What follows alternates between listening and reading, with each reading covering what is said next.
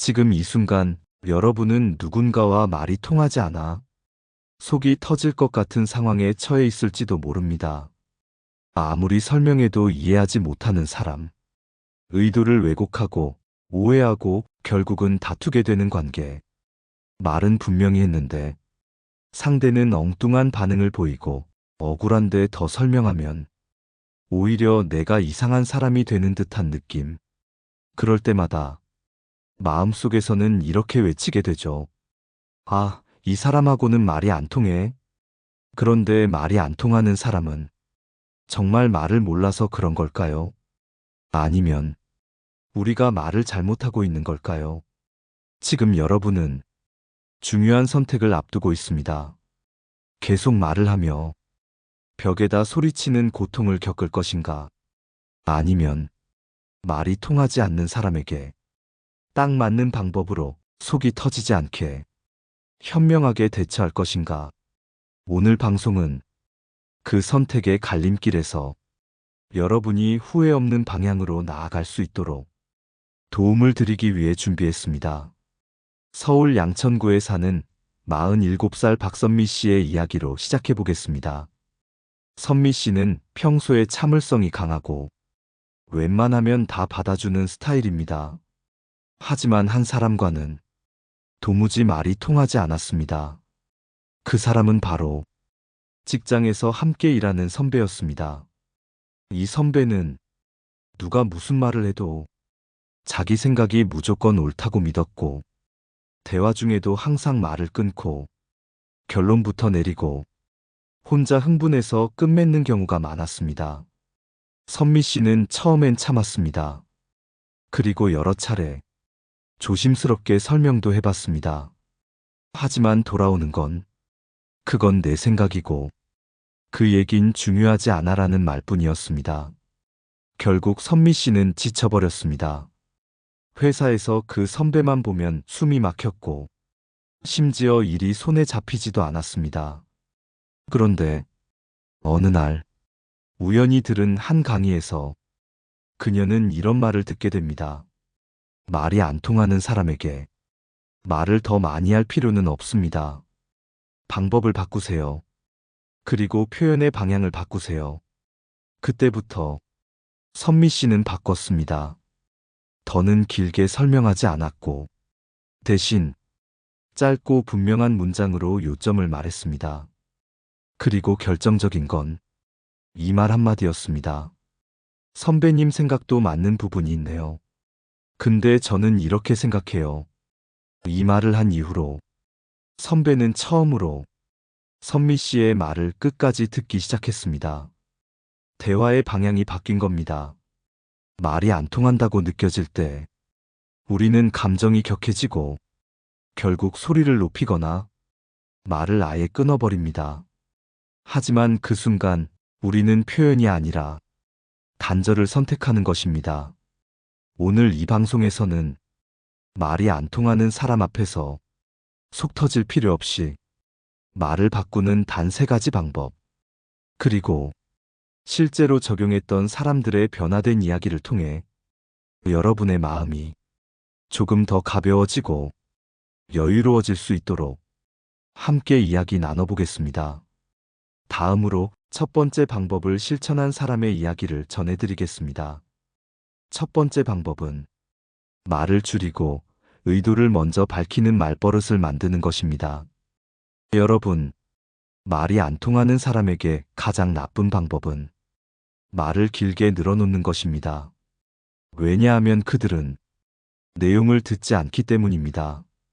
듣는 것이 아니라 자신이 이해하고 싶은 부분만 듣고 해석하고 그 틈에 자꾸 자신을 끼워 넣습니다. 그래서 말이 많아질수록 오히려 더 큰 오해를 불러오고 내가 전하고자 했던 본래 의도는 엉망이 되기 쉽습니다. 충청북도 청주에 사는 52살 장지혜 씨는 이 원칙을 실천한 이후 가족과의 갈등을 크게 줄일 수 있었습니다.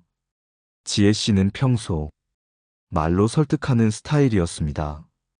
특히 남편과 의견이 다를 때면 그녀는 늘 정리된 논리로 설명하고 조목조목 따져가며 이야기를 이어갔습니다.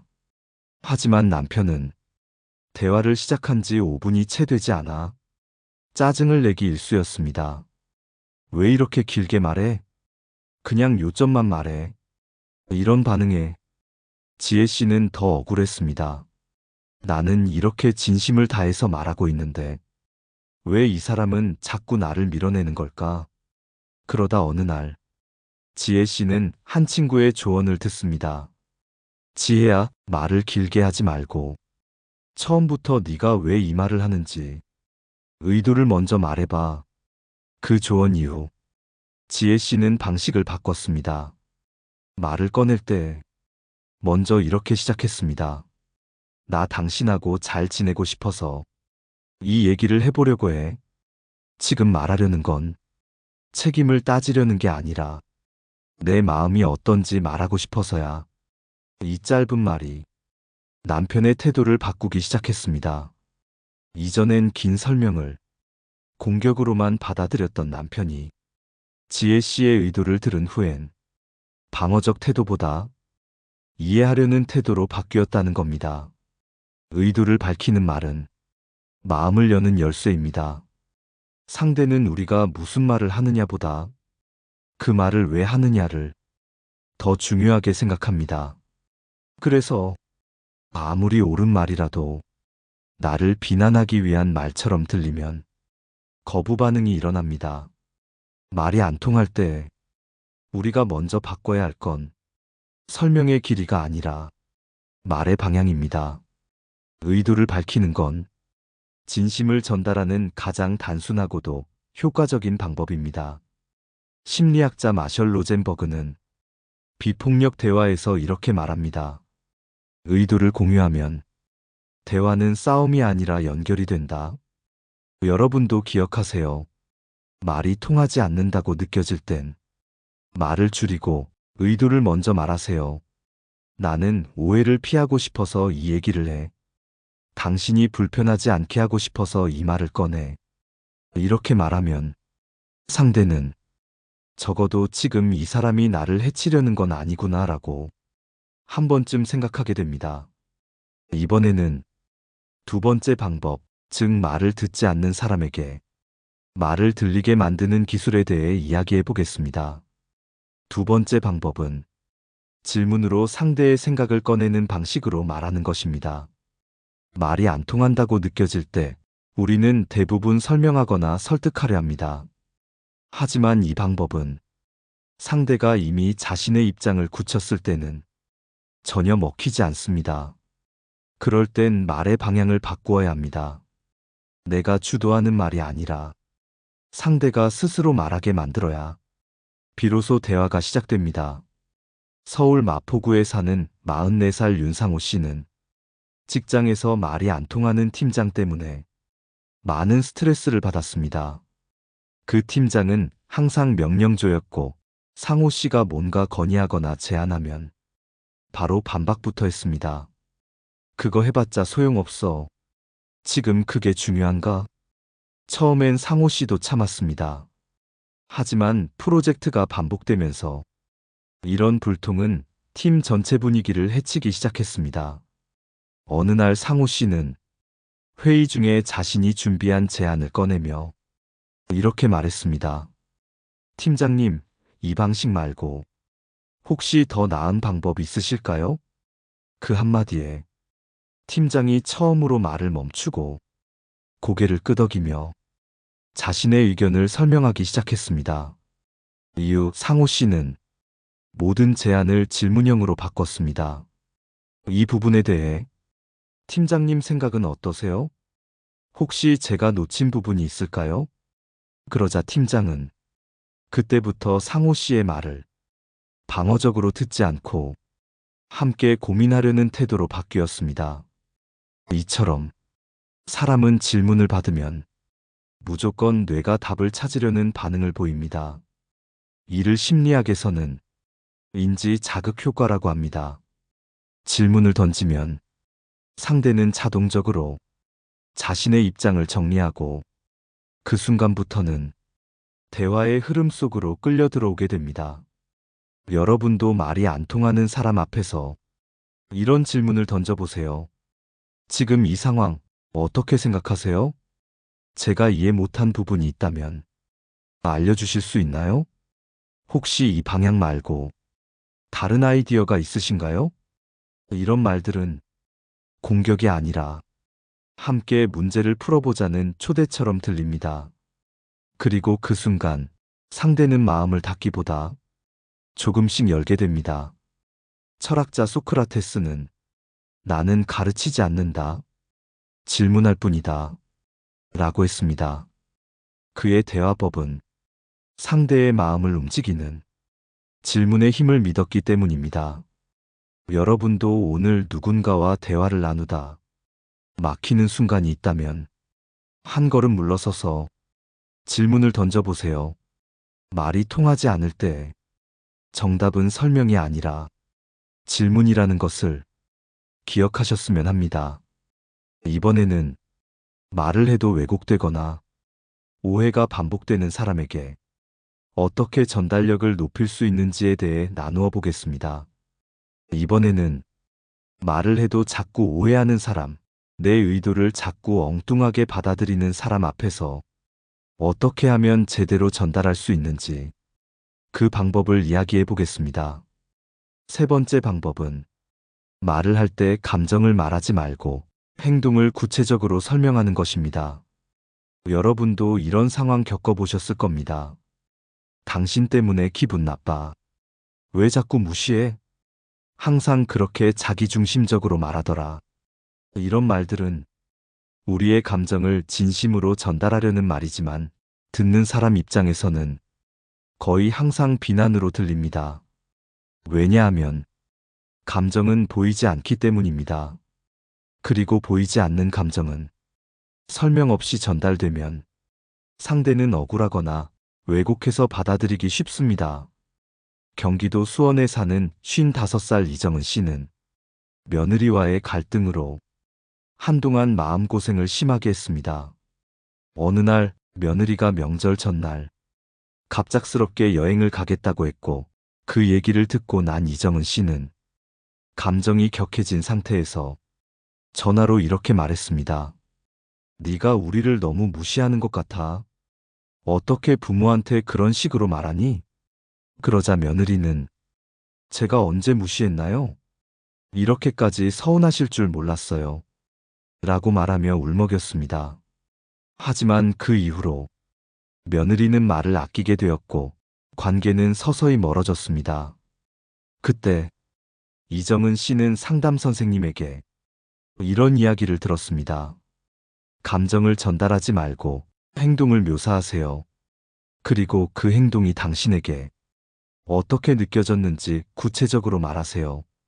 그래서 그 다음 명절, 이정은 씨는 며느리에게 이렇게 말했습니다.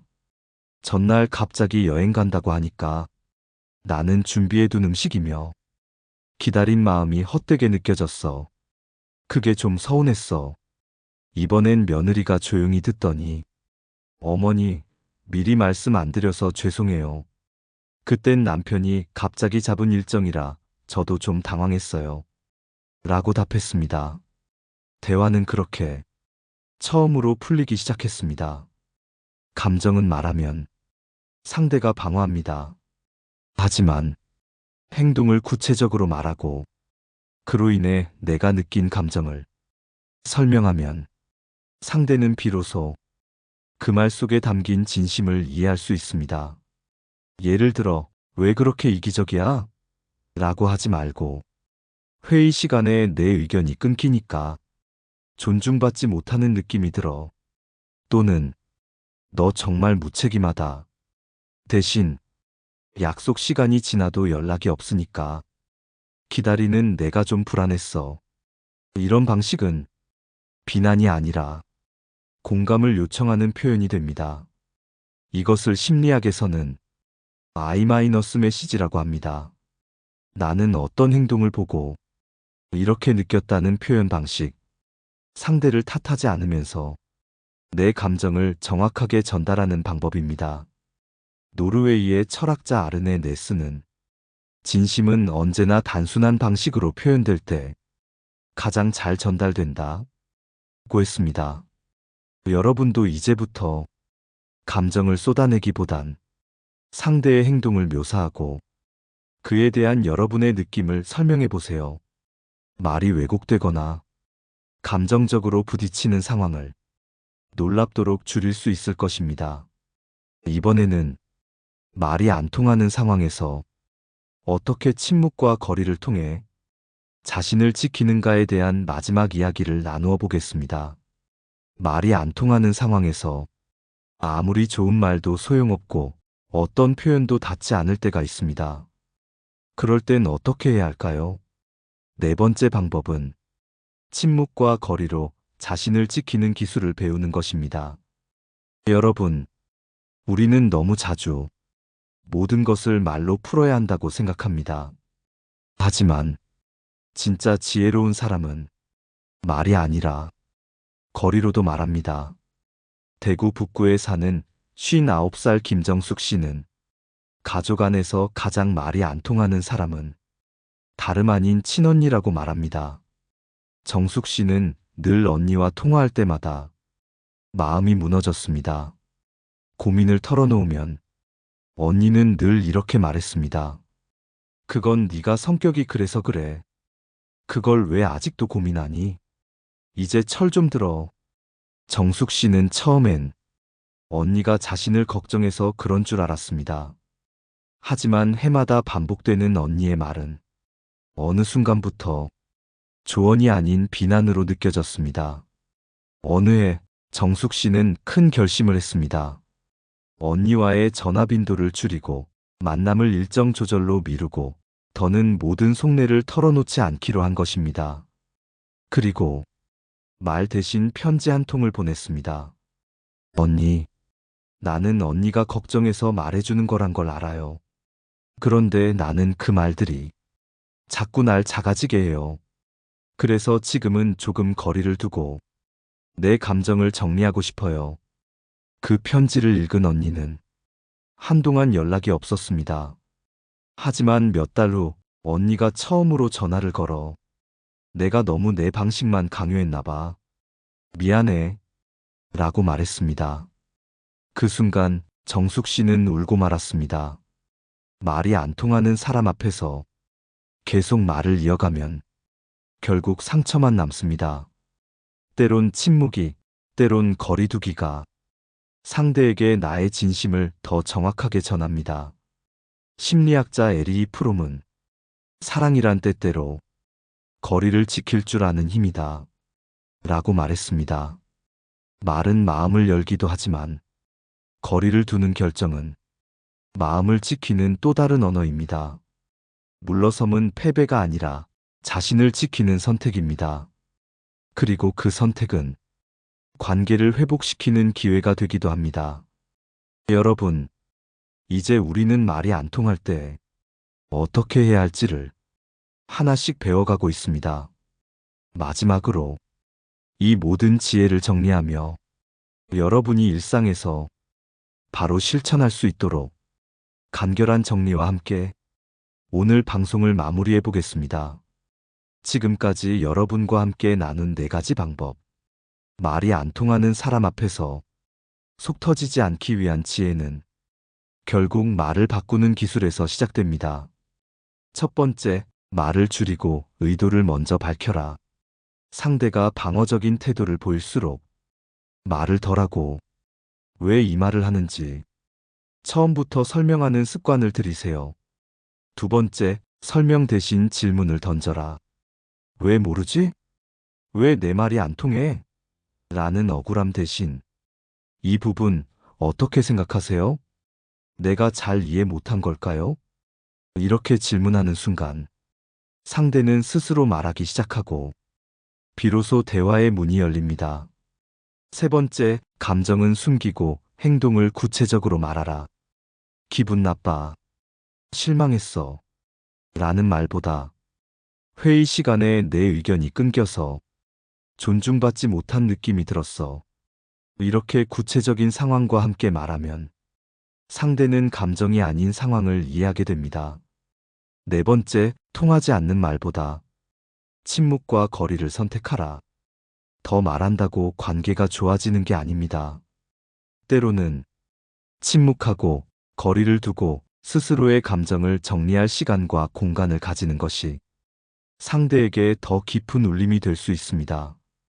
여러분, 말이라는 건 입에서 나오는 소리지만 사실은 마음에서 나오는 울림입니다. 말이 통하지 않는다고 느낄 때 그 통하지 않음에 더 말로 맞서면 결국 여러분 자신이 무너집니다. 하지만 말의 구조를 바꾸고 전달의 방식만 달라져도 상대는 서서히 여러분의 진심을 듣게 됩니다. 맹자에는 이런 말이 나옵니다. 마음으로 다가가지 않으면 귀로는 아무것도 들리지 않는다. 말이 통한다는 건 말의 기술이 아니라 마음의 방향입니다. 오늘 이 방송을 들은 여러분, 혹시 지금 떠오르는 사람이 있으신가요? 자꾸 말이 안 통해 속상했던 누군가, 수없이 오해만 반복된 사람. 오늘 배운 이 네 가지 방법 중 하나라도 떠올리며 여러분의 말하는 방식을 조금만 바꿔보시길 바랍니다. 말이 안 통해서 속이 터지는 일이 줄어들고 더 깊고 편안한 관계가 여러분 삶에 하나씩 늘어나길 바랍니다. 오늘 이야기에 공감하셨다면 댓글로 여러분의 경험을 들려주세요. 그리고 좋아요와 구독으로 이 따뜻한 대화에 함께 해주시길 바랍니다. 다음 시간에도 여러분의 마음을 가볍게 해줄 이야기로 다시 찾아뵙겠습니다. 여러분 곁에 늘 함께 걷는 지혜의 숲이었습니다. 감사합니다.